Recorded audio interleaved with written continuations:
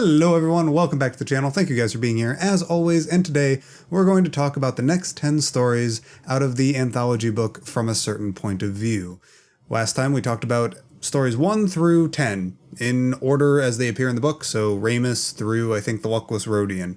And today we're going to start off on Not for Nothing. So Not for Nothing was a really rewarding and fun story for me. In part because I'm a really big KOTOR fan. I've played through the first KOTOR, the first Knights of the Old Republic game, literally dozens of times. And if you recall, there's this tiny, neat little room thing on the first planet that you're on, Terrace, whatever, where you end up having to read through this little intro biography, almost like a Wikipedia entry about a band called the Twisted Rancor Trio. And Not for Nothing is kind of the same thing, but for Finger and Dan and the Modal Nodes, the Bith musicians that were performing in the Cantina in A New Hope. And it was just a really fun story and very rewarding because it threw me back 15 years to when I first was reading an in-universe story about just some random band of musicians. I thought it was really cool. The next story is We Don't Serve Their Kind Here, which is the story about Wur, the bartender in the cantina.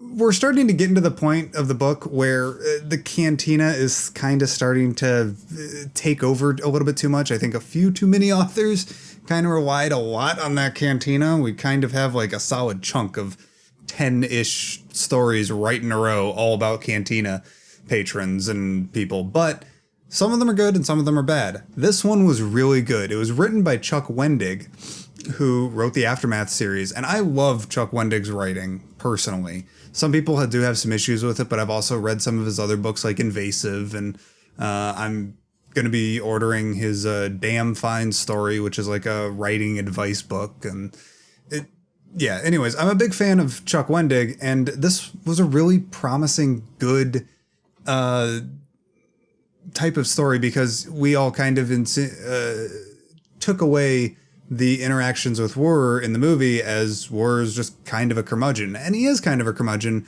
but there's a reason that he's a curmudgeon. And there's a reason why he doesn't like droids. And yeah, it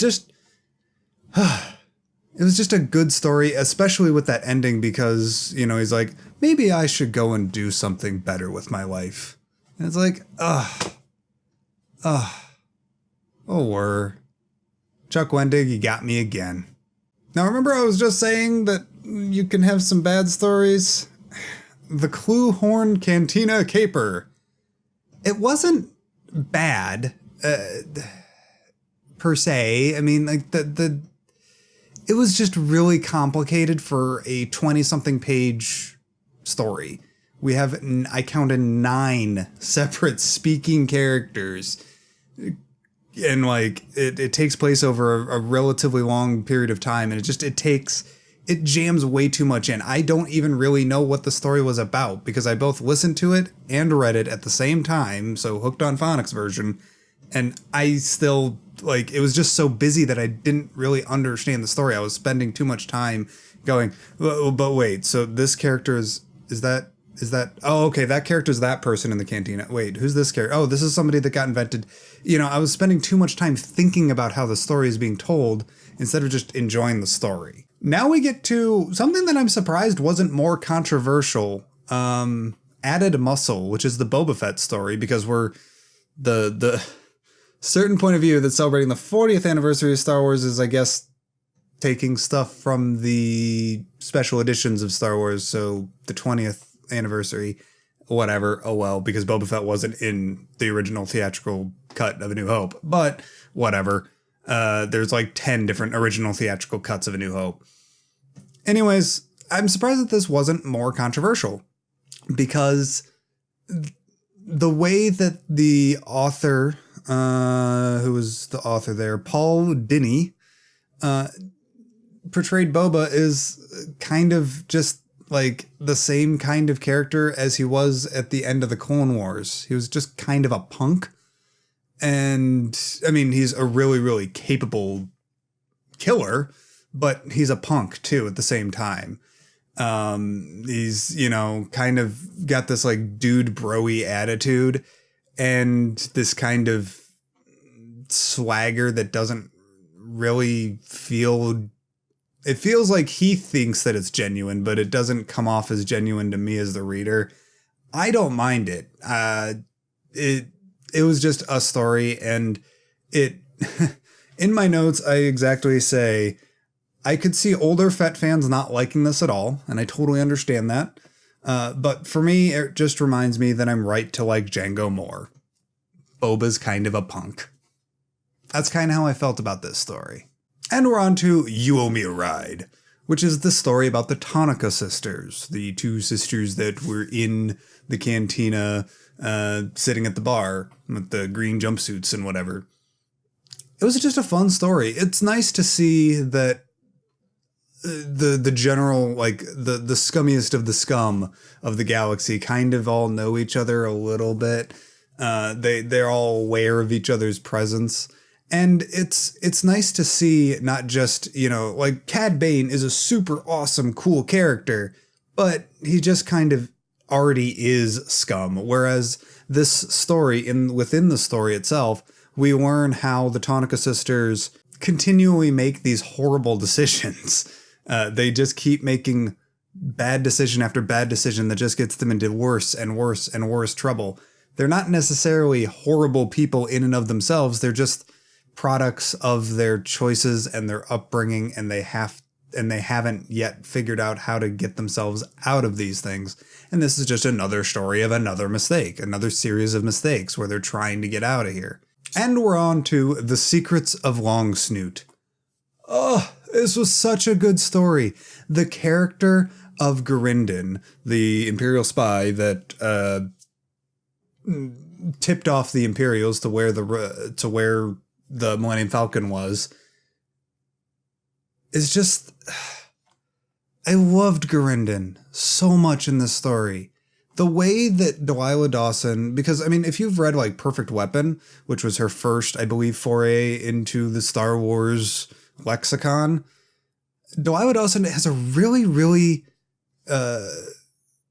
she's got a real knack for being able to build these characters very, very quickly and very, very effectively in this ridiculously short amount of time.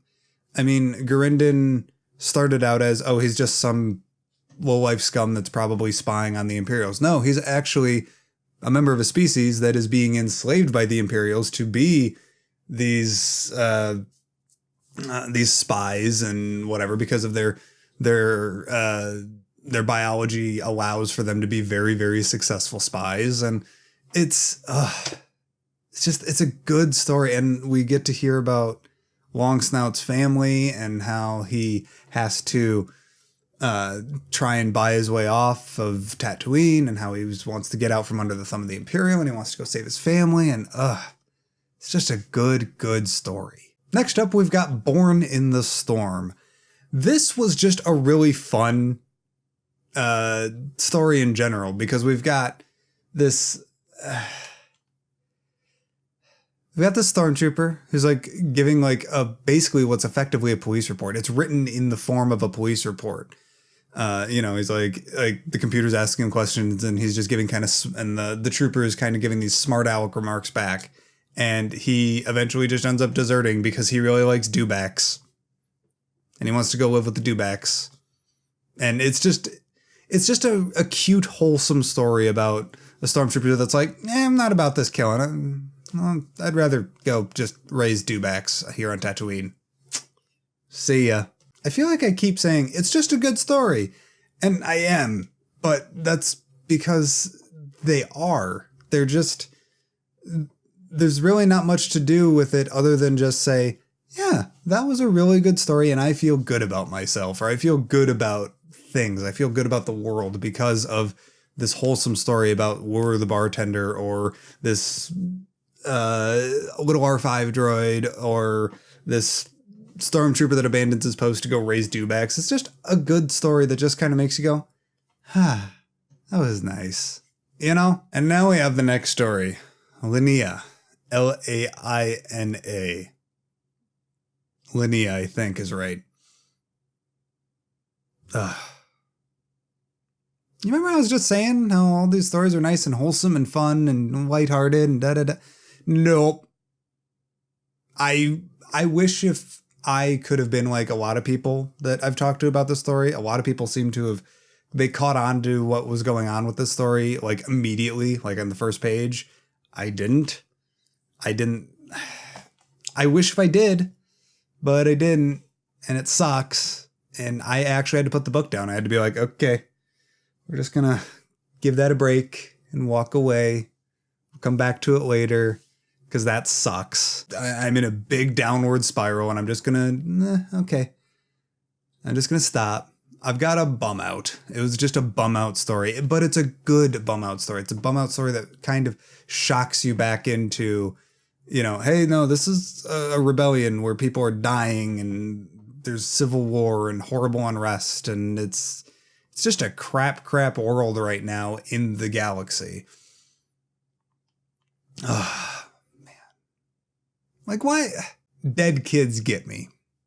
They do. Especially when, you know, the dad was trying to save her from being hurt while he was fighting in the rebellion. And then he sent her off to Alderaan. And it's like, man, it got me. It was a really big down story, but it was a good downer story, if that makes sense. It made you feel something doesn't need to make you happy. It needs to compel you to feel something. And Alinea definitely did that for me. And now we're off to the Death Star with fully operational. I loved this story too, just because I loved the character of General Tag. We got a lot of him in the Vader comic, and I really liked how they added more into his character.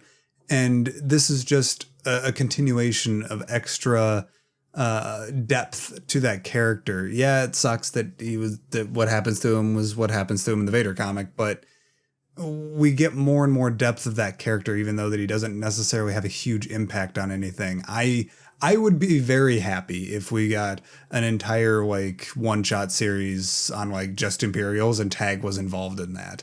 That would be awesome. And finally, we have an incident report, which is essentially Marty's HR complaint because Vader choked him. That's it. It was fun. I will admit that I did look him up immediately on Wikipedia. And when I saw that he died on the Death Star, I was like, okay, good.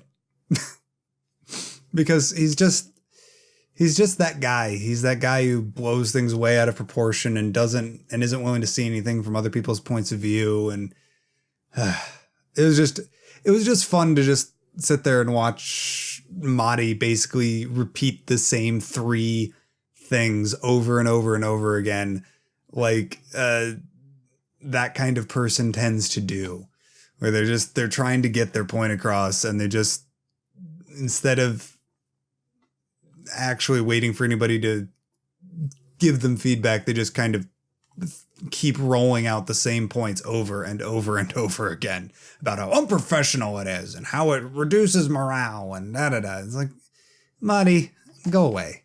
And it was fun. It was just fun to see this in-universe incident report, which is an HR complaint. It's just, it provides a little bit more depth and realism to how the galaxy far, far away works, which I could understand if some people don't like that. Some people like just the straight fantasy and everything is fantastic over there, but it's nice to see a tiny bit of realism with HR complaints and police reports and whatever being injected into the story of Star Wars. But anyways, I gotta get this video edited and up to you guys. Thank you guys as always for your patience. I'm sorry that these videos are coming out literally a month after I wanted them to be. But I just haven't had the time. But fortunately, I'm starting to get back in the groove of things. Yeah, it's still the busy season at work, but we'll get through it. And I'm hyped up for Star Wars because Last Jedi comes out in, I think, 24 days as of today. I can't wait. All right, guys, I'm out of here. You guys have a wonderful one. And as always, may the Force be with you. Take care.